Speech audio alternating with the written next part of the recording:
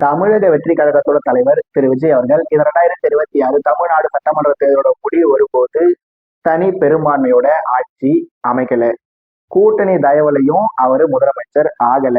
திரு விஜய் அவர்கள் துணை முதலமைச்சராகவும் ஆக முடியல. அவரு எதிர்கட்சி தலைவரும் ஆகல. இந்த 4 ஆப்ஷனும் போன பிறகு திரு விஜய் அவர்களுக்கு முன்னாடி இருக்க மீதம் இருக்க வாய்ப்புகள் என்னென்ன? டபுள் டிஜிட்ல சீட்டு ஜெயிக்கிறது. அடுத்து திரு விஜய் அவர்கள் மட்டும் ஜெயிச்சு டபுள் டிஜிட்ல ஓட்டு எடுக்கிறது, அதாவது ஒரு 20% மாதிரி ஓட்டு எடுக்கிறது. அடுத்த ஆப்ஷன் திரு விஜய் அவர்களும் தோத்து டபுள் டிஜிட், அதாவது 20% வரைக்கும் ஓட்டு எடுக்கிறது. அடுத்து யாருமே ஜெயிக்கல, 20% விட கம்மியா ஓட்டு எடுக்கிறது. இருக்கிறதுலே ஒஸ்ட் ஆப்ஷன் என்ன?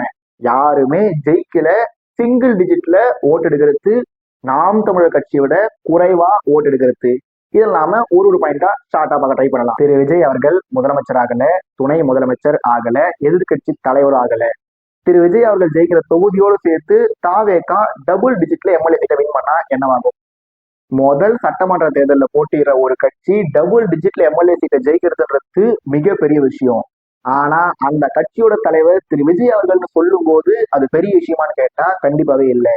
ஏன்னா திரு விஜய் அவர்கள் தன்னை ஒரு பக்கா மாசா தமிழ்நாட்டுல ஒரு வீட்லயும் ஒரு விஜய் இருக்காங்க, ஒரு விஜய் இருக்காங்கன்னு சொல்லியிருக்காரு.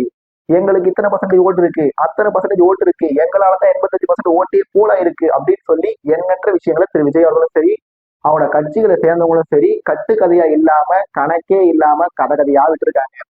இப்படி டபுள் டிஜிட்ல ஜெயிச்சு ஒருவேளை தாவேக்கா எதிர்கட்சி அந்தஸ்துன்ற வரைக்கும் போகாம போயிடுச்சுன்னா அதன் பிறகு எம்எல்ஏவை ஜெயிச்சவங்களும் திரு விஜய் அவர்களும் தொடர்ந்து களத்துல இருப்பாங்கன்றத ஒரு கேள்வியே.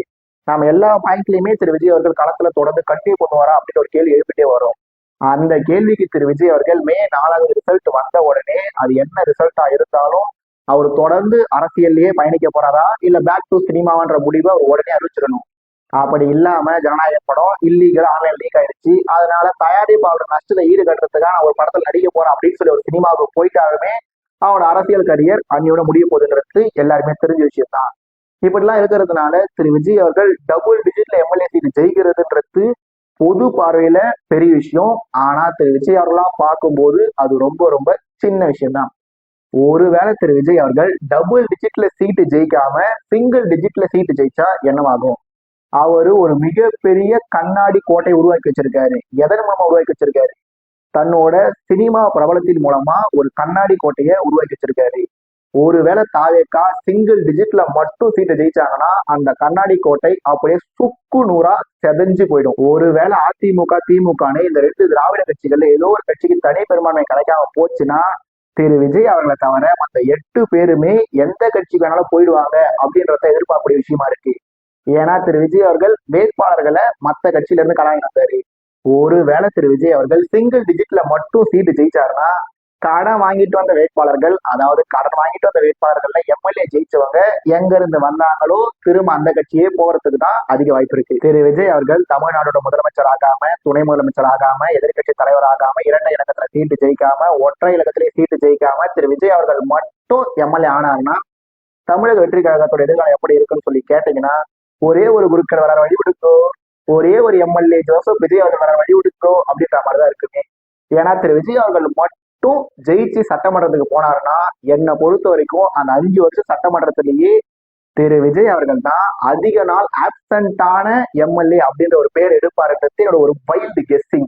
அடுத்து சோழமுத்தா கொஞ்ச நெஞ்ச பேச்சாடா பேச்சனை இப்ப பாத்துக்க 233 பேரா போய் ஒரே ஒரு ஆளா வந்திருக்க, தனி மரமா வந்திருக்க. நாங்க தான் அப்பவுமே சொன்னமே தனி மரம் தோப்பாகாது, போடுற கூட்டம்லாம் ஓட்டாகாது, எங்கேய பேச்ச கேட்டீங்க அப்படின்னு சொல்லி அவரை சுத்தி நக்கல் நையாண்டி கேடி கிண்டல் கலாய்னு சொல்லி இது எல்லாமே ஒண்ணு சேர்ந்து திரு விஜய் அவர்களை சட்டமன்றத்திலையும் சரி சட்டமன்றத்துக்கு வெளியவும் சரி சினிமாவில ஹீரோவா இருந்த திரு விஜய் அவர்களை, சினிமாவில இருந்து அரசியலுக்கு வந்த திரு விஜய் அவர்களை ஒரு காமெடி பீஸா சித்தரிக்க தொடங்குவாங்கன்றதுல எந்த ஒரு சந்தேகமும் இல்லை. திரு விஜய் அவர்கள் எம்எல்ஏ ஆனாலே அவர் காமெடி பீஸ் ஆகிடுவாங்கன்னா ஒருவேளை திரு விஜய் அவர்களும் எம்எல்ஏ ஆகாம பெரம்பூர் மற்றும் திருச்சி கிழக்குன்னு சொல்லி 2 தொகுதியிலும் தோத்துட்டாருன்னா அவரோட நிலைமை என்னவாங்கன்றத நீங்களே முடிவு பண்ணிக்க. அடுத்த சினாரியோ தாவேக்கா போட்டியிட 233 தொகுதியில எந்த இடத்துலயுமே ஜெயிக்காம ஒரு 20%, அதாவது பல கருத்து கணிப்புகளை சொல்ற மாதிரி ஒரு 20% ஓட்டு எடுத்தா அது என்ன மாதிரி தாக்கத்தை ஏற்படுத்தும்? உண்மையிலேயே முதல் எலெக்ஷன்ல ஒரு கட்சி 20% ஓட்டு எடுக்கிறது பெரிய விஷயம், மிகப்பெரிய விஷயம், மிகப்பெரிய சாதனை. ஆனா முன்னாடியே சொன்ன மாதிரி 20% எடுக்கிறது வேற யாரோ ஒரு கட்சியா இருந்தா அது பரவாயில்ல. ஆனா 20% எடுத்தது யாரு? தளபதி, தளபதி, தளபதி. உங்க விஜய், உங்க விஜய் உயிரான பலனா சொல்லி பாட்டு போட்ட தளபதி 233 தொகுதியில போட்டி போட்டு எந்த இடத்துலயுமே ஜெயிக்காம 20% எடுக்கிறதுன்றது ரொம்ப ரொம்ப ரொம்ப சுமாரான பெர்ஃபார்மன்ஸ் தான். அப்படி 233 தொகுதியில போட்டிட்டு 233 தொகுதியிலுமே தோல்வியை தழுவி தாவேக்கா 20% ஓட்டை எடுத்தாங்கன்னா அந்த 20% ஓட்டுன்றது நாம ஏற்கனவே என்ன சொன்னோம், திரு விஜய் அவர்களுக்கு உழ வேண்டிய ஓட்டுல கொஞ்சம் கொஞ்சமா குறைஞ்சி வந்த ஓட்டு தான் இந்த 2026 எலெக்ஷன்ல விழுந்திருக்கு. அப்படி விழுந்த ஓட்டு 20%னா அந்த 20%ல இருந்து கொஞ்சம் கொஞ்சமா கரைஞ்சிட்டே போய் திரு விஜய் அவர்கள் ஒருவேளை 2029 போட்டி இட்டாருன்னா அந்த 20 5 ஆகலாம், அதை விட கம்மியாக போனாலும் ஆச்சரியப்படுறதுக்கு இல்லை. இந்த வீடியோவில் நாம தமிழக வெற்றி கழகத்தோட தலைவரான திரு விஜய் அவர்கள் முதலமைச்சர் ஆகிறதுல தொடங்கி டபுள் டிஜிட்ல, அதாவது 20% இருக்கும் ஓட்டு எடுக்கிறதுக்குமான எல்லா சினாரியோவையும் பார்த்தோம். நம்ம கிட்ட இருக்க ஆப்ஷன்ல, நம்ம கிட்ட இருக்க சினாரியோல கடைசி சினாரியோ தமிழக வெற்றி கழகம் இந்த 2026 தமிழ்நாடு சட்டமன்ற தேர்தலில் சிங்கிள் டிஜிட்ல ஓட்டு எடுக்கிறது, நாம் தமிழர் கட்சியை விட குறைவான ஓட்டு எடுக்கிறது. ஒருவேளை திரு விஜய் அவர்களோட தமிழக வெற்றி கழகம் சீமான் அவர்களோட நாம் தமிழர் கட்சியோட குறைவான ஓட்டு மட்டும் எடுத்துட்டாருன்னு வச்சுங்களேன், மே 5ஆம் தேதி திரு விஜய் அவர்கள் பனையூர் வீட்டை விட்டு வெளியே வந்து தன்னோட முதல் செய்தியாளர்கள் சந்திப்பை சந்திச்சு, நான் அரசியலுக்கு வந்தது தப்பு தான், நான் அரசியலுக்கு வராம இருந்திருக்கணும், நான் அரசியலுக்கு வந்து ஓட்டு பிடிச்சது தப்பு தான், அதனால நான் அரசியலை விட்டு விலகிக்கிறேன், எனக்கு ஓட்டு போட்டவங்க எல்லாம் 2029 நாடாளுமன்ற தேர்தலில் நாம் தமிழர் கட்சிக்கு ஓட்டு போட்டுருங்க அப்படின்னு சொல்லி ஒரு பேட்டியை கொடுத்துட்டு அரசியலை விட்டு விலகிட்டாருன்னா ஓகே. அப்படி இல்லாம நாம் தமிழர் கட்சியை விட தாவேக்கா குறைவான வாக்குகளை வாங்கி திரு விஜய் அவர்கள் எந்த ஒரு அறிக்கையுமே வெளியிடாம இருந்தாருன்னா திரு விஜய் அவர்கள் ஒரு நாளும் நினைச்சு அழறாமான ஒரு செயலை நாம் தமிழர் கட்சியை சேர்ந்த தம்பிகளும் தங்கைகளும் கலாச்சி கலாச்சி கலாச்சி திரு விஜய் அவர்களையும் திரு விஜய் அவர்களை சார்ந்தவங்களையும் சும்மா அப்படி என்ன பண்ணுவாங்க, கதற கதற அழவிடுவாங்க. ஏன்னா திரு விஜய் அவர்கள் எத்தனை சீட்ல ஜெயிப்பாரு, எத்தனை பர்சன்டேஜ் ஓட்டு எடுப்பாருன்னு சொல்லி யாருக்குமே தெரியாதப்பவே திரு விஜய் அவர்களோட ஒவ்வொரு செயல்பாட்டையும் கொள்கை ரீதியா கோட்பாட்டு ரீதியா எதிர்த்து வந்த நாம் தமிழர் கட்சி ஒருவேளை திரு விஜய் அவர்கள் தங்களோட கம்மி பர்சன்டேஜ் ஓட்டு எடுத்துட்டாருன்னா அதன் பிறகு கொள்கையும் இல்லை, கோட்பாடும் இல்லை, ஒரே கலாய் கலாய் கலாய், ட்ரால் ட்ரால் ட்ரால், சிரிப்பு சிரிப்பு சிரிப்பு, தாவேக்காவை சேர்ந்தவங்களுக்கு அழுகை அழுகை அழுகை மட்டும்தான். தளபதி அப்ப தமிழக வெற்றி கழகம் நாம் தமிழர் கட்சி எடுக்கிற ஓட்டை விட அதிகமா எடுத்துட்டாங்கன்னா தாவேக்காவை சேர்ந்தவங்க நாம் தமிழர் கட்சியை சேர்ந்தவங்களை கலாய்க்காம விட்டுற போறாங்க அப்படி கூட கேட்கலாம். நாம் தமிழர் கட்சி ஒருவேளை தாவேக்கா வாங்குற ஓட்டை விட கம்மியா ஓட்டு எடுத்தாலும் அவங்க திரும்ப தில்லா கெத்தா கொள்கையோட கோட்பாட்டோட 2029 நாடாளுமன்ற தேர்தலை 20 ஆண்கள் 20 பெண்கள்னு சொல்லி எப்பவும் போல மறுபடியும் ஒரு முறை தைரியத்தோடவும் விடாமுயற்சியோடவும் 2029 நாடாளுமன்ற தேர்தலில் தனித்து போட்டியிட போறதா அவங்க ஏற்கனவே அறிவிச்சுட்டாங்க. ஆனா திரு விஜய் அவர்கள் இந்த நொடி வரைக்கும் அரசியலே தொடர்ந்து கண்டினியூ பண்ணுவாரா இல்ல பேக் டு சினிமாவுக்கு போயிடுவாரான்னு சொல்லி அவருக்கே தெரியுமான்னு எனக்கு தெரியல. சரி, நாம நாம் தமிழர் கட்சியை பத்தின பாயிண்ட்கள் எல்லாத்தையும் நாம் தமிழர் கட்சிக்கு முன்னால இந்த வாய்ப்புகளை பத்தி பேசும்போது தெளிவா பார்த்துக்கலாம். அதனால திரு விஜய் அவர்கள் முதலமைச்சர் ஆகிறதுல தொடங்கி நாம் தமிழர் கட்சியை விட குறைவான வாக்கு சதவீதம் வாங்குறது வரைக்குமான எல்லா சினாரியும் நம்ம பார்த்துட்டோம். இந்த சினாரியோவை தாண்டி ஒரு சின்ன பாயிண்ட் இந்த வீடியோ நான் ஆட் பண்ண ஆசைப்படுறேன். அது என்னன்னா, திரு விஜய் அவர்கள் கட்சி தொடங்கின முதல் நாள்ல இருந்தே இங்க ரெண்டு பேருக்கு தான் போட்டியே. ஒன்னு டிவிகே, இன்னொன்னு டிஎம்கே. பாஜக கொள்கை எதிரி, திமுக அரசியல் எதிரி. திமுக தீய சக்தி, அதிமுக ஊழல் சக்தி. ஐயா ஸ்டாலின் அவர்களை அங்கிள்னு சொன்னாரு, திமுகவை பார்த்து பவளவிழா பாப்பாவை சொன்னாரு சொல்லி திரு விஜய் அவர்கள் இந்த எல்லா கட்சிகளை பற்றியும் எண்ணற்ற விமர்சனம் வச்சிருந்தாரு. அதுக்கு திமுக அதிமுக தலைவர்கள் ஒரு சில ரியாக்ஷன்ஸ் கொடுத்திருந்தாலும் பெரிய அளவுல திரு விஜய் அவர்களை அட்டாக் பண்ணாங்களான்னு கேட்டா கண்டிப்பாவே இல்லை. இதுக்கு என்ன காரணம் யோசிச்சா இதுக்கு ஒரே காரணம் எலெக்ஷன் மட்டும்தான். எங்க திரு விஜய் அவர்களுக்கு பதிலடி கொடுத்தாலோ இல்ல வேற ஏதாவது செயல்பாட்டில் ஈடுபட்டாலோ அது திரு விஜய் அவர்களுக்கு பாசிட்டிவா போயிடுமோ, அதனால திரு விஜய் அவர்கள் பெரிய அளவுல வளர்ந்துருவாரோ, நம்மளோட வாக்கு குறைஞ்சிருமோ அப்படின்னு சொல்லிதான் அதிமுகவும் சரி திமுகவும் சரி திரு விஜய் அவர்களை பட்டும் படாம ஹேண்டில் பண்ணியிருந்தாங்க. இப்ப எலெக்ஷன் முடிஞ்சிருச்சு. எலெக்ஷன் ரிசல்ட் மே 4ஆம் தேதி வரப்போகுது. மே 4ஆம் தேதி ரிசல்ட் வரும்போது ஒன்னு திமுக ஆட்சிக்கு வரணும் இல்ல அதிமுக ஆட்சிக்கு வரணும். ஐயா ஸ்டாலின் அவர்கள் முதலமைச்சர் ஆகணும், அப்படி இல்லைன்னா ஐயா எடப்பாடி பழனிசாமி அவர்கள் முதலமைச்சர் ஆகணும். ஒருவேளை இவங்க 2 பேர்ல ஏதோ ஒருத்தர் முதலமைச்சர் ஆகி திரு விஜய் அவர்கள் நாம சொன்ன சினாரியோல எதிர்கட்சி தலைவர் ஆகிறதை விட குறைவான ஏதோ ஒரு ஆப்ஷன் அளவுக்கு வெற்றி பெற்று இருந்தாருன்னா இத்தனை நாளா திரு விஜய் அவரோட விமர்சனங்களுக்கு பெரிய அளவுல ரியாக்ட் பண்ணாத 2 கட்சியை சேர்ந்தவங்க, திரு விஜய் அவர்கள் பேசுனதுக்கெல்லாம் அமைதியா இருந்த இந்த கட்சியை சேர்ந்தவங்க இதன் பிறகு திரு விஜய் அவர்களுக்கு பாடம் புகட்ட தயாராவாங்க.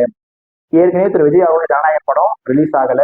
அந்த படத்தை யாரும் ஆன்லைன்ல லீக் பண்ணிட்டாங்க. லீக் பண்ணது யாராவனா இருக்கலாம், ஏன் விஜயாவே கூட இருக்கலாம்னு சொல்லி எண்ணற்ற செய்திகள் வந்துட்டு இருந்தாலுமே கூட ஒருவேளை திரு விஜய் அவர்கள் எதிர்கட்சி தலைவர்ன்றதை விட குறைவான அளவுல ஜெயிச்சுட்டாருன்னா அன்னிலிருந்து திரு விஜய் அவர்களுக்கு ஒவ்வொரு நாளும் நரகம் தான். ஏன்னா திமுகவும் சரி அதிமுகவும் சரி திரு விஜய் அவர்களை அடி அடி அடின்னு சொல்லி கண்டிப்பா அடிப்பாங்க. ஏற்கனவே திரு விஜய் அவர்கள் தலைவா படத்தப்ப மேடம் ஜெயலலிதா கிட்ட அடி வாங்கினாரு. மெர்சல் மற்றும் சர்க்கார் படங்கள் வந்தப்ப எடப்பாடி பழனிசாமி அவர்கள் கிட்ட போய் ஹெல்ப் கேட்டாருன்னு சொல்லி பல விஷயங்கள் இருக்கும்போது இப்ப திரு விஜய் அவர்கள் பல பேரை பகச்சிக்கிட்டாரு. தேவையில்லாத வார்த்தைகளை வெளியே வச்சிருந்தாரு. பர்சனல் அட்டாக்ஸ பண்ணியிருந்தாரு. எதுக்கு இது? தாங்கிட்ட கொள்கை இல்லைன்னு தெரியும், கோட்பாடு இல்லைன்னு தெரியும், சரியான திட்டங்கள் இல்லைன்னு தெரியும், நாம் ஒரு உழைப்பாளி இல்லைன்னு கூட திரு விஜய் அவர்களுக்கு நல்லாவே தெரியும்.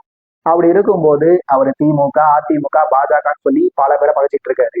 இப்ப இருக்க ஒரே ஒரு கேள்வி என்னன்னா, அதிமுக ஆட்சிக்கு வந்தா திரு விஜய் அவர்களுக்கு அடி கம்மியா வருமா, இல்ல திமுக ஆட்சிக்கு வந்தா திரு விஜய் அவர்களுக்கு அடி கம்மியாகுமான்றதுதான். இந்த பாஸ் என்ற பாஸ்கரன் படத்துல சந்தானம் அவர்கள் அடிக்கிறதுக்காக ஃபர்ஸ்ட் வந்து விஜய் ரசிகர் வந்து அடிச்சிட்டு இருப்பாரு. அவர் வந்து என்ன சொல்லுவாருன்னா, ரொம்ப மோசமானவங்க அப்படின்னு உடனே நாங்க அதை விட மோசமானவங்க அப்படின்னு சொல்லி அஜித் ரசிகர்கள் கூட்டு போய் அடிப்பாங்க. அந்த மாதிரிதான் இப்ப விஜய் அவர்களை இப்படி அடிக்கலாமா, விஜய் அவர்களை அப்படி அடிக்கலாமான்னு சொல்லி திமுகவை சேர்ந்தவங்களும் அதிமுகவை சேர்ந்தவங்களும் ஏற்கனவே லிஸ்ட் போட்டு எழுத தொடங்கியிருந்தா ஒரு தகவல் வச்சிருக்கான்னு தெரியல. நான் என்ன சொல்றேன் அந்த பாயிண்ட். இதை பத்தி பேசும்போது ஒரு சிலர் என்ன சொல்றாங்கன்னா, திமுக ஆட்சிக்கு வரதுதான் திரு விஜய் அவர்கள் நல்லது. ஏன்னா திரு கமல்ஹாசன் அவர்கள் டிவி பெட்டிலாம் போட்டு உடைச்சாரு. அவரையே திமுக என்ன பண்ணாங்க, பழி வாங்காம அவரை பத்திரமா பார்த்துக்கிட்டு தங்க கூடவே வச்சுக்கிட்டாங்க. அதனால திமுக ஆட்சிக்கு வந்தா திரு விஜய் அவர்களை பட்டும் படாம டீல் பண்ணி அவரையும் அவங்க கூட சேர்த்துப்பாங்க அப்படின்ற மாதிரி ஒரு சிலர் சொல்றாங்க. ஆனா இன்னொரு பக்கம் ஒருவேளை எடப்பாடி பழனிசாமி அவர்கள் மட்டும் மறுபடியும் ஆட்சிக்கு வந்துட்டாருன்னு வச்சுங்க, திரு விஜய் அவர்கள் இத்தனை நாள் தம்முடைய இருந்தார், அமைதியா இருந்திருக்காங்க இல்லையா, கடைசி கூட்டத்துல போயிட்டு தில்லு இருந்தா எடப்பாடியை விட்டு வெளியே வர சொன்னாரு பாத்தீங்களா, அந்த பாயிண்ட எடப்பாடி பழனிசாமி அவரோட மைண்ட்ல போய் ஸ்ட்ராங்கா உட்காந்துருச்சு. என்னையா எடப்பாடியை விட்டு வெளியே வர சொன்ன, உன்னை எடப்பாடிக்கே வந்து அவட காலில் விழ வைக்கிறேன் அப்படின்ற மாதிரி ஒரு திட்டத்துல எடப்பாடி பழனிசாமி அவர்கள் கடும் கோபத்துல இருக்காருன்றதுதான் காது வழி செய்தியா வரப்படுகிறது. இப்படி திரு விஜய் அவர்கள் எண்ணற்ற பேரை பகச்சுக்கிட்டதுனால அவங்க எல்லாருமே திரு விஜய் அவர்களை பழிவாங்க தயாராகிட்டு இருக்காங்க. இதனால திரு விஜய் அவர்கள் முதலமைச்சர் ஆயிட்டாருன்னா சரி, எதிர்கட்சி தலைவர் ரேஞ்சுக்கு வந்துட்டாலும் ஓகே. அப்படி இல்லாத பட்சத்துல திரு விஜய் அவர்கள் இப்பவே ஏதோ ஒரு நாட்டுக்கு விசா வாங்கிட்டு ஒரு வருஷமோ இல்ல 2 வருஷமோ அவங்க போய் ரெஸ்ட் எடுத்துட்டு வந்து அதன் பிறகு தமிழ்நாட்டுக்குள்ள வந்து சினிமாவில் நடிக்கலாமா இல்ல அரசியலே கடிதம் பண்ணலாமா அப்படின்ற முடிவு எடுத்தாதான் நல்லா இருக்குன்றது என்னோட ஒரு சின்ன அட்வைஸ். ஏங்க எங்க தளபதி யாரு தெரியுமா, அவர் கால்வாய் இல்லைங்க காட்டாரு, அந்த ஏரியா இந்த ஏரியா அந்த இடம் இந்த இடம் சொல்லி எல்லா இடத்துலயும் எங்க தளபதி இல்லைங்க. அவரை போய் தமிழ்நாட்டோட வெளியே போற சொல்றீங்க, அவரு தாங்க தமிழ்நாட்டோட நிரந்தர முதலமைச்சர் அப்படின்னு சொல்லி அவரோட பக்காமா கட்சியை சேர்ந்தவங்க ஒரு பக்கம், இன்னொரு பக்கம் திரு விஜய் அவர்கள்லாம் ஊதி பெரிதாக்கப்பட்ட பிம்பம் மட்டும்தாங்க. அவருக்கு ஓட்டு போட்டவங்க வெளியே வந்து ரீல்ஸ் போட்டதுனால அது பெரிய விஷயமா ட்ரெண்ட் ஆயிருக்கு. மற்ற கட்சிக்கு ஓட்டு போட்டவங்க ரீல்ஸ் போடல, ஷார்ட்ஸ் போடல, அதை சோசியல் மீடியாவில் அப்லோட் பண்ணல அப்படின்னு சொல்லி பல தகவல் வந்துட்டு இருக்கு. நாம இந்த வீடியோட திரு விஜய் அவர்கள் முதலமைச்சர் ஆகிறதுல தொடங்கி கடைசியா இந்தியா விட்டு, அதாவது தமிழ்நாட்டை விட்டே வெளிநாட்டுக்கு போறதுக்கு வரைக்குமான எல்லா சின்னரசை பத்தியும் பேசிட்டோம். அதனால திரு விஜய் அவர்கள் தமிழ்நாட்டோட முதலமைச்சராக போறாரா, துணை முதலமைச்சர் ஆக போறாரா, எதிர்கட்சி தலைவர் ஆக போறாரா, டபுள் டிஜிட்ல சீட்டு ஜெயிப்பாரா, டபுள் டிஜிட்ல ஓட்டு எடுப்பாரா, அட்லீஸ்ட் நாம் தமிழர் கட்சியாவது பீட் பண்ணுவாரா பண்ண மாட்டாருன்னு சொல்லி எண்ணற்ற கேள்விகள் எல்லார்கிட்டயுமே இருக்கு. இந்த எல்லா கேள்விக்குமான பதில் மே 4 தெரிய வரும்.